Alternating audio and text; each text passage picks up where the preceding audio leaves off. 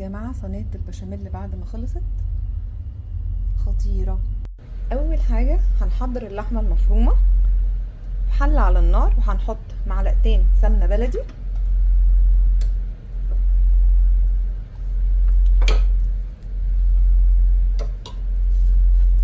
وبصلتين مبشورين كبار معاهم 4 فصوص توم مضروبين.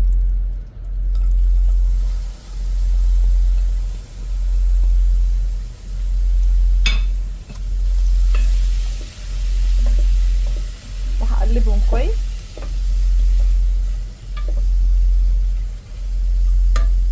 ودلوقتي بعد ما دبلت هنزل عليها بكيلو لحمه مفرومه.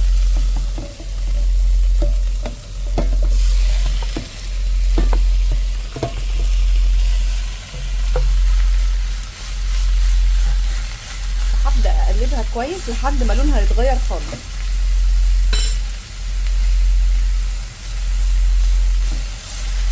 ودلوقتي هنزل عليها بمعلقه صغيره مليانه ملح، نص معلقه بهارات، ونص معلقه فلفل اسود.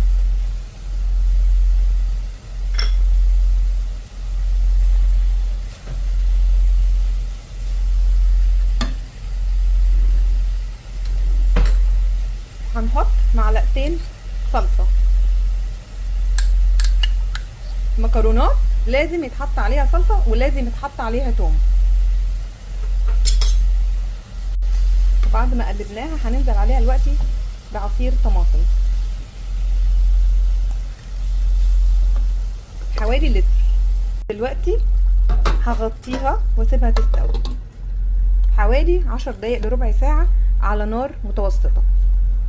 ودلوقتي في حلة على النار مية بتغلي كويس جدا، وهنحط عليها معلقتين كبار ملح،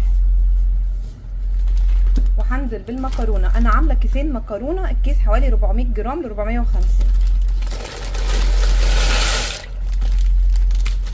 بسلق المكرونه من 8 ل 10 دقايق حسب نوع المكرونه، مع التقليب المستمر عشان نضمن ان هي ما تلزقش في بعض. وده شكل المكرونه بعد ما سلقتها. دلوقتي هنحضر صوص البشاميل الخطير. حله على النار، هحط شويه زيت صغيرين عشان انا بحب اعمله بالزبده، وهنزل معلقه زبده كبيره،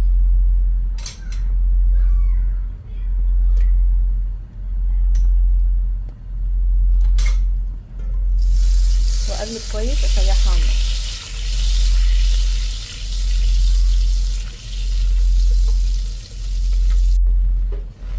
ودلوقتي بعد ما قلبنا الدقيق كويس جدا يبدأ يعمل ريحة ولونه يغير. انا بحب احمص الدقيق شوية.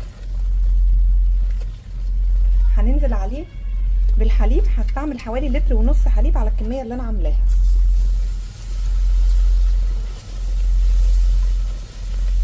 وما تخافوش لو البشاميل كلكع منكم، انا هقول لكم دلوقتي هنعمل ايه.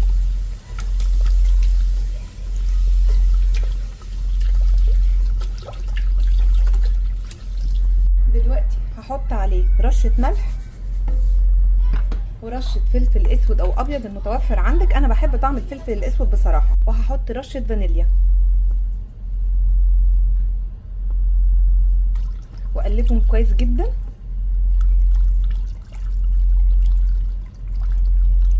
شايفين قوامه بقى عامل ازاي؟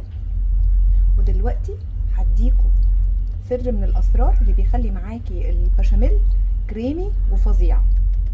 هتجيبوا الهاند بلندر وتضربوه بيه.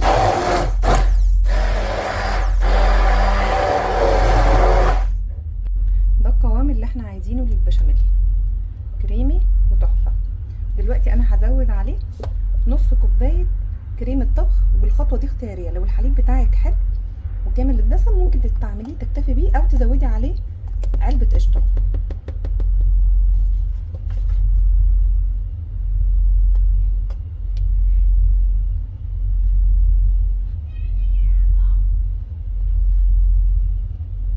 ودلوقتي ودي اخر خطوه هنعملها بعد ما نقفل على البشاميل.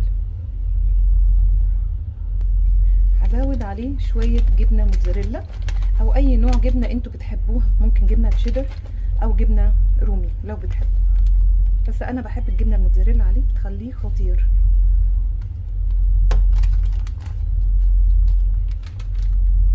وكده بقى جاهز معانا احلى بشاميل. ودلوقتي هنبدا نرص الصينيه بتاعتنا. اول حاجه بحط شويه بشاميل في الصينيه من تحت،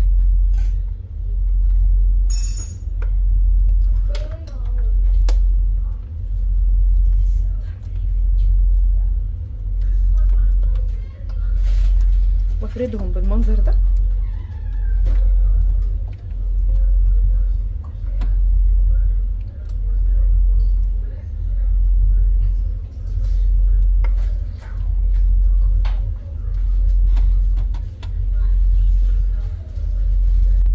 ودلوقتي هنزل عليها شويه مكرونه من الفطيره بتاعتنا اللي عملناها، ونفردها كويس في الصينيه.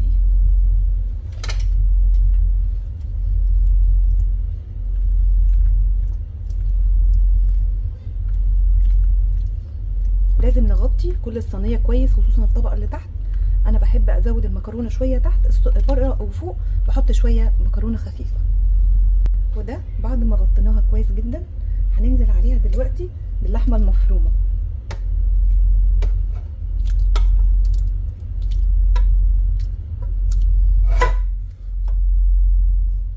ونبدا نوزعها برضو عليها كويس.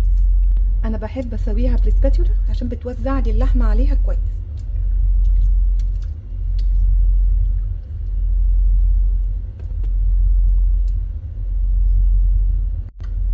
ودلوقتي هننزل بالبشاميل الكريم الجميل بتاعنا. احلى صينيه بشاميل هتعملوها في حياتكم. دلوقتي نفرده كويس على الصينيه.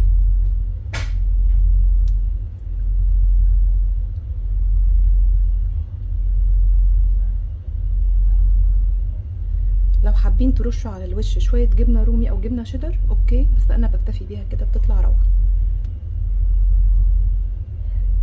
دلوقتي هندخلها الفرن على درجه حراره 180 في الرف اللي في النص حوالي نص ساعه.